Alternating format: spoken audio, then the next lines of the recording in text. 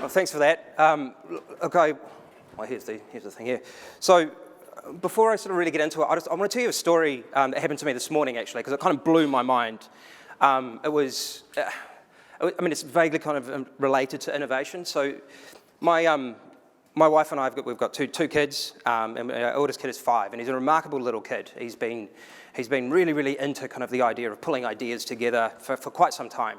And so for about the last year and a half, my wife and I have got a little book, and we sort of sit with him and we get him to come up with ideas and tell us your latest invention. So we've got all these little ideas and scribblings that he's got. There's little things like a bed that has a robot arm in it that cleans your teeth for you, and all these kinds of weird things. Okay, so he's been doing that, and as he's been doing that, we can see his ideas and his concepts start to evolve and evolve and evolve, and he's been starting to tackle bigger and bigger and bigger concepts. Now, pretty much every morning I wake up with him going knock, knock, knock on my forehead, going, "Daddy, I've got questions." So that's pretty much how I wake up every morning. And today was no different, except for the fact that he sort of knocked on me, he sort of jumped into bed with me and started having a chat with me and said, "Hey, so what's the biggest thing what's the biggest thing you can imagine?" And he's asking this because we've been talking about infinity and those kinds of concepts a bit recently. When I said, well, a lot of scientists think that the universe is infinite, and so that's probably the biggest thing. And he goes, so does that mean it's a way of talking about infinity? And I said, yes. And he goes, yeah, but what about the multiverse?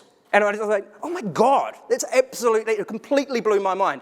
I know full well that he'd set me up for that, but it completely blew my mind. And just the idea of him incrementally building ideas and moving towards an area where all of a sudden I'm having a conversation with a 5-year-old about the multiverse, it absolutely blew my mind. So, hey, look, that's a small story. I just wanted to sort of give you a little bit of insight into sort of me and the conversations I have with my family. But I'll tell you a little bit more about me now. I'll try not to spend too much time talking about me, but my story and kind of how I got to here does have a bit of context. So I started my career in advertising mid-90s, doing creative and so on, and then I went to this was really sort of as the internet was starting to become a thing, and then I went and joined probably the first big digital agency that was in New Zealand at the time. I eventually got bought out by Accenture, but the late 90s, early 2000s, I was sort of doing digital strategy and it was pretty cowboy back in those days. It was pretty much anything went. By sort of beginning of 2001, I felt like I'd kind of done everything that New Zealand had to offer in terms of doing digital strategy and building websites. I'd worked on government and Air New Zealand and those kinds of things.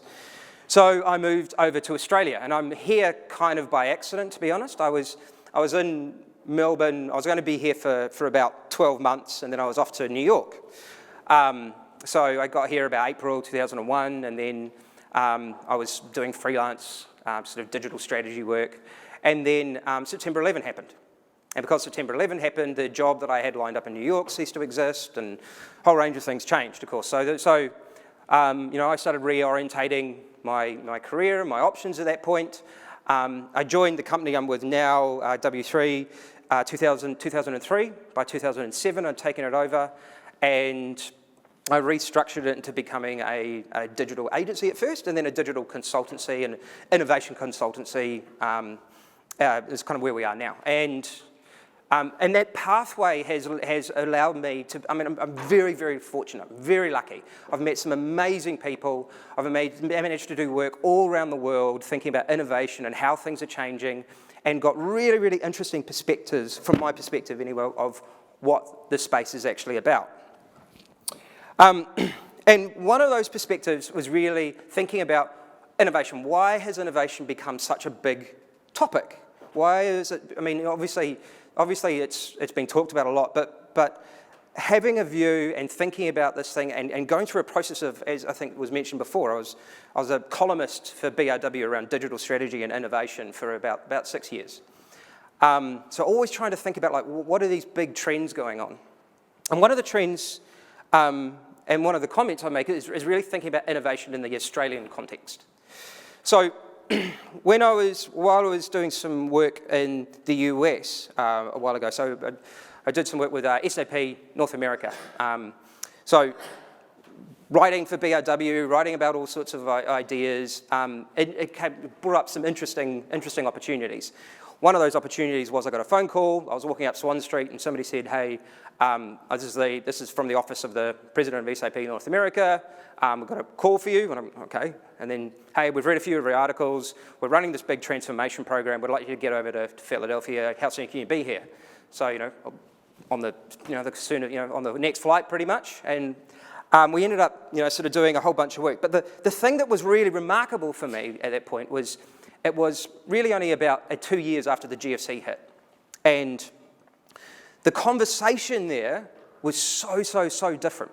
So the conversation there was, our American economy is in free fall. Our shareholders are losing confidence. Our market cap is getting eroded. If we don't do something to arrest that and to give our shareholders confidence, we're toast. We're a takeover target.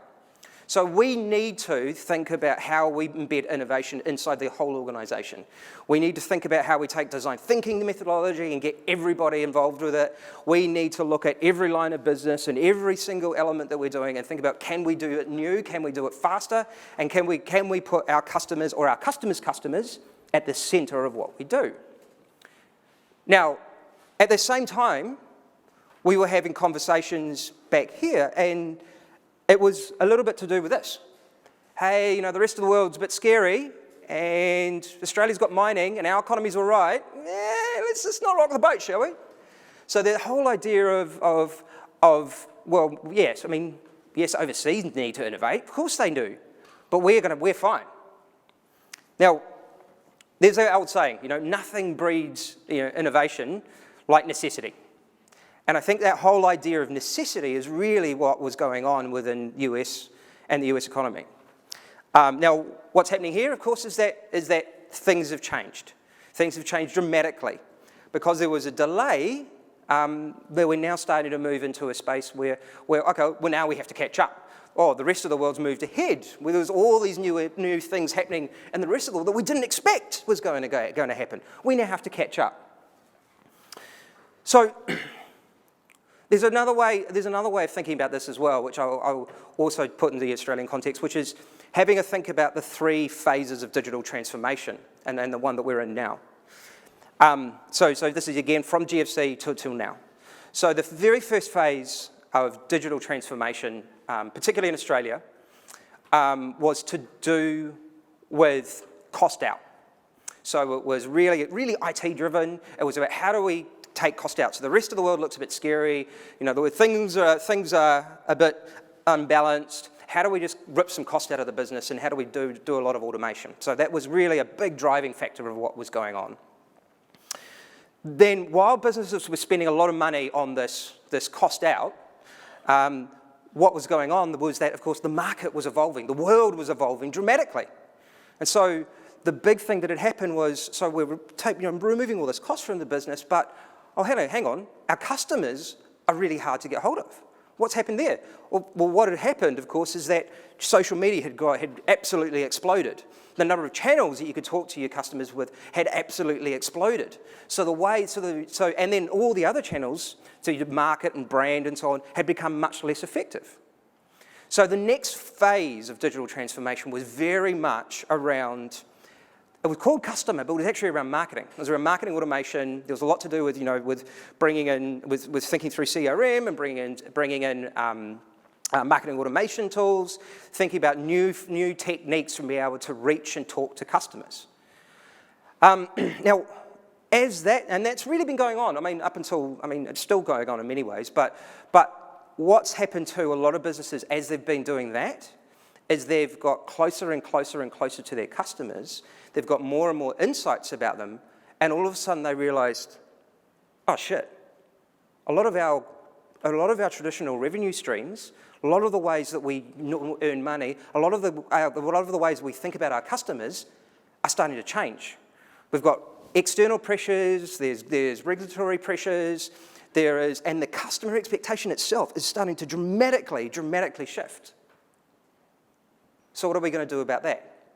And that brings us to the next phase of digital transformation, which is new revenue streams, revenue stream innovation. How are we thinking through, with the customers we've got, how are we thinking through the way that we do business with them? How can we do things in new and interesting ways? So really, really prime example of that, if you want to have a look at a local case, which is very, very visible and public, Telstra. So Telstra, very first thing they did, GFC hit, let's start ripping costs out of the business. We'll update a few of our systems, we'll automate what we can, we'll rip as much cost out and give ourselves some buffer, make things safe. Then, of course, instantly it was like, oh, hang on. Competition's coming in, things are moving fast, money's coming in from overseas, we need to move really, really fast on this. Everything became about customer experience. It was all NPS, everybody had an NPS or Net Promoter Score kind of metric on them. And it was all about customer experience. And where are we now? Where are we now is Telstra's transforming from being a telco to a techco. They're trying to completely think about and renew the way that they do business because the environment is changing so rapidly. Now, of course, businesses don't have to change. They don't have to innovate, mainly because, there's nothing written in stone that says a business has to survive. A lot of businesses fall over all the time.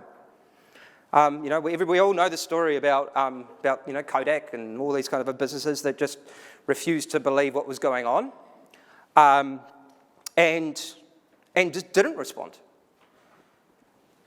But at its core, if businesses are changing and do recognise the forces that are at stake, they really need to think about innovation from a very, very simple perspective. And I think that's the simpler we make this, the better. Because really, at its core, innovation is really only trying to answer one question. How do we stay relevant and keep growing in an exponentially changing world? So when I say exponentially changing, what does that mean? What does that really mean? Okay, so we are running we've been running some of our organisation been running a digital transformation program for the largest radiology group in New Zealand. So they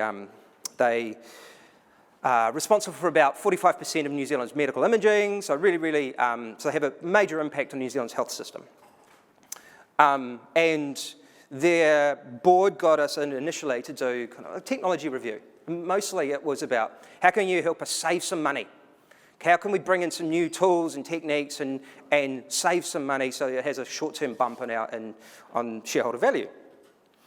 And what we did is say, well, yeah, we can do that for you, but let's have a look at the bigger, broader environmental factors.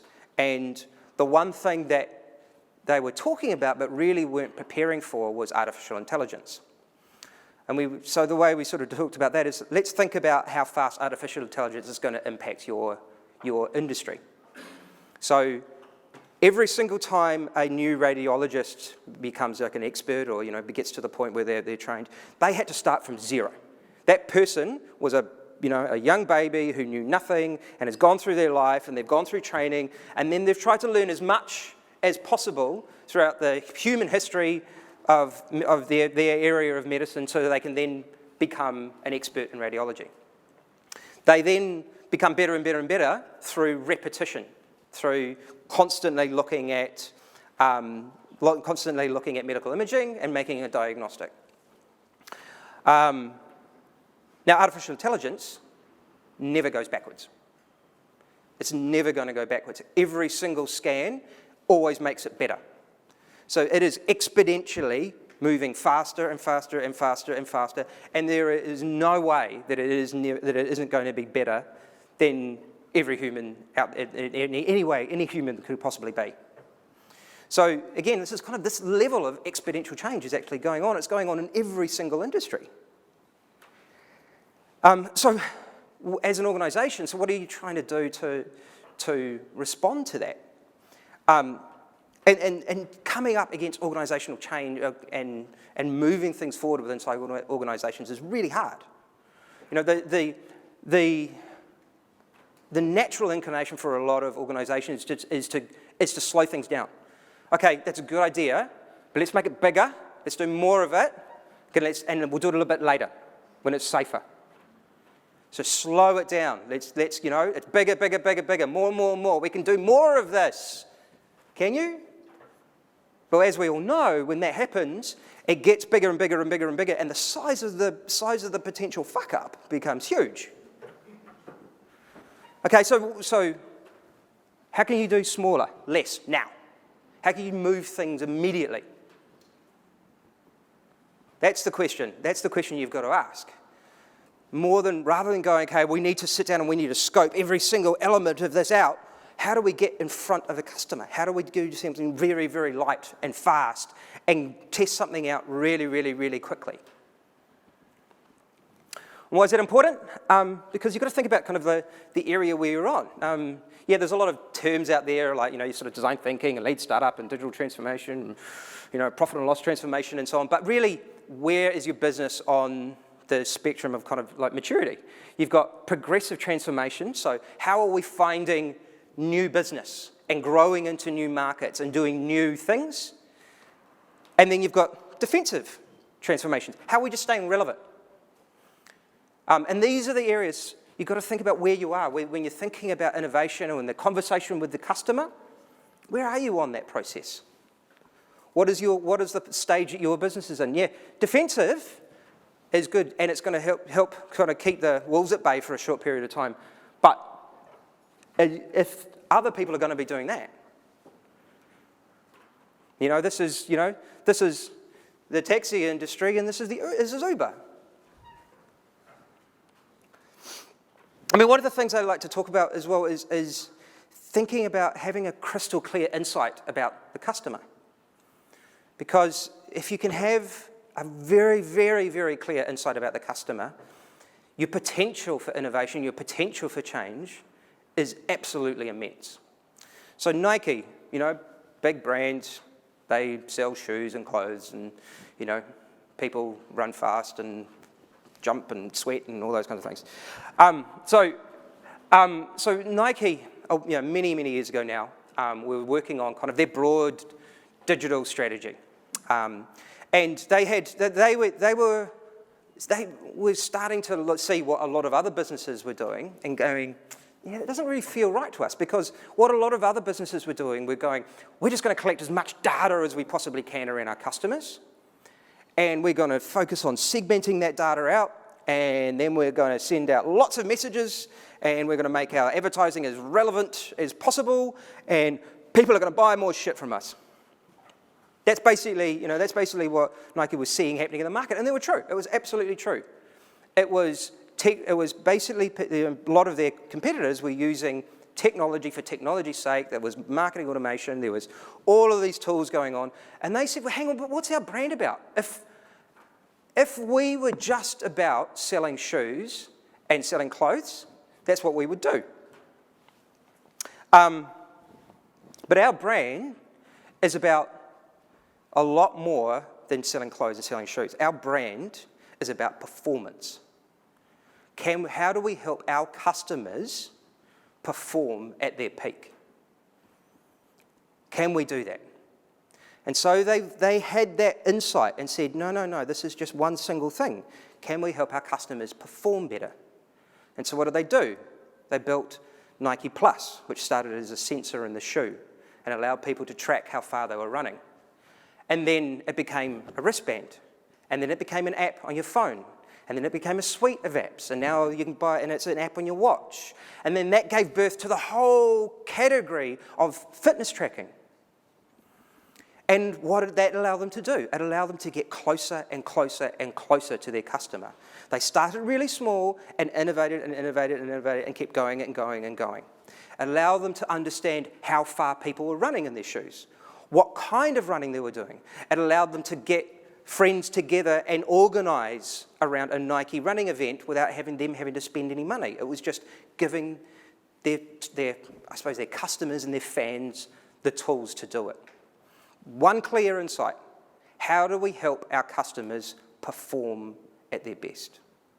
That gave birth to a completely different world for them, and it obviously created a hugely, hugely sticky ecosystem where it's just absolutely catapulted them forward.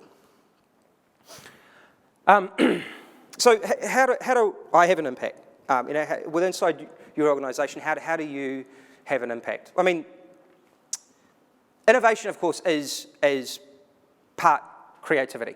You have to be willing to be messy and come up with ideas and work with things and put yourself out of the normal state. But I'd also say that innovation is a process. It's about analysis and about insight. So put structure into it as well. You need to be comfortable doing both of those things. So when you're talking to customers on a regular basis, are you hearing themes that are coming through? What are the customers telling you? How are you sorting that information? How are you pulling that together thematically? What is it telling you? That's where the insight comes from. The creativity side of it is what are you doing with that insight? So again, everybody, so people talk about design thinking and innovation, and everybody talks about Post-it notes. So there's Post-it notes everywhere. Everybody loves them. It's the thing to do innovation. But there's a reason for it a little bit, which is it's very quick. You can get ideas up really quickly, and you can thematically group them together. And I think that's the idea: is what are the themes that you're hearing when you're listening? As I said, if you're talking to customers or you're talking to partners, you're talking to people inside the business, are you hearing repeated themes? Now, those themes might be a customer problem, they might be a cultural issue, they might be something that you've got to go, how do we break through this? Because if we're trying to break through and create new growth inside the organisation, we have to be able to identify those themes, call them out, and then bring people together to be able to start to address them. And then what's really important is to think about the customer's jobs. So there's sort of a theory of research called jobs to be done. And jobs to be done research is really understanding, it's a methodical way of actually analysing the customer and getting into understanding what it is that they are doing and coming up with breakthrough ideas. So really good example of jobs to be done is there was a company in the US, so there was a movie theatre company, so a chain of theatres. And they were trying to sell more movie tickets in the middle of the day. So they did everything that you would expect them to do. They dropped the price of the tickets, they started giving away free popcorn, they started giving away free ice creams, all of those things that you would expect. So why do they do that? Because they didn't talk to the customer. So they then started going, okay, well, let's use jobs to be done thinking, let's go talk to the customer, let's do inquiry, let's find out what the customer's actually trying to do. And do you know what they found out? The people who would be buying tickets in the middle of the day were mums. Do you know why they would buy a ticket? To get away from their kids. No shit. So what did they do? They put in a creche that they charged for and put the price of the tickets back up to normal and started selling out. They not only did they fix the customer's problem, but they found a new revenue stream. So that's the idea. Get into it. Understand really what the customer is trying to do. Get deep into it. Understand what is the job that they're trying to do on a day-to-day basis, and then start to work around that. What's also really critical, start to manage your own assumptions. Recognize your own bias. We all have biases. And start to think about how you manage those assumptions. So, really recent case of this, we're doing some work with Guide Dogs Australia, and it was a collaborative effort with a bunch of businesses, and we were sort of trying to design a new piece of technology to meet the needs of the vision impaired. And every single person came into the project with a set of preconceived ideas about what it was going to be. Every single person came in, including me. Every single person. And there was like all the things you'd expect. Let's design a chatbot, and we'll do something with Alexa, or we'll do something with Google Home, we'll do something X, Y, and Z. It was all technology first. There was all these ideas going on. And do you know what happened? Once we started sat down and actually talking to the vision impaired, we were amazed at what we found out. So firstly, the idea of a chatbot or a voice assistant got thrown out the door immediately, because a lot of people who are vision impaired, particularly if they've been that way for a while, can listen to audio books and screen readers and so on at 10 times the speed that we can. We were sitting there and listening to it. I couldn't understand a thing that was going on these phones. But these guys were just listening to it like that's how they do things. So they said, doing an Alexa voice bot for them would be like the most frustrating thing in the world. So again, it was like, this is a lesson here of we expect something to be one way, but when you actually get inside of it, it's very, very different. Again, it's spending time with the problem that allows you to understand what the best solution is. And rather than trying to build complexity, how do we just spend more time with the problem, more time with the customer, and focus very, very, very, very closely on addressing the one key issue? How do we make it simple? As simple as possible. And of course, the other element, of course, is just aim high. I mean, we're talking about innovation here. You can always go backwards, but aim as high as you can. Think about big ideas. This is kind of a core tenet of the design thinking is come up with the biggest, weirdest ideas you possibly can, because something in there will be very, very valuable. And I'd say the last and probably most important thing is when you're thinking about innovation, you're thinking about invention, you're thinking about digital innovation, try and invent the future you want to be part of. So think about your loved ones. Think about your friends. Think about designing something for them, because that's where you'll find your passion, and that's where you'll start to really, really come up with ideas. Because the future is not determined. Exercises like this, like you guys all working on new ideas, creates the future. So make sure you're creating a future that you really want to be part of. And then maybe, you might end up building something into the multiverse. Okay, thanks guys, that's my talk.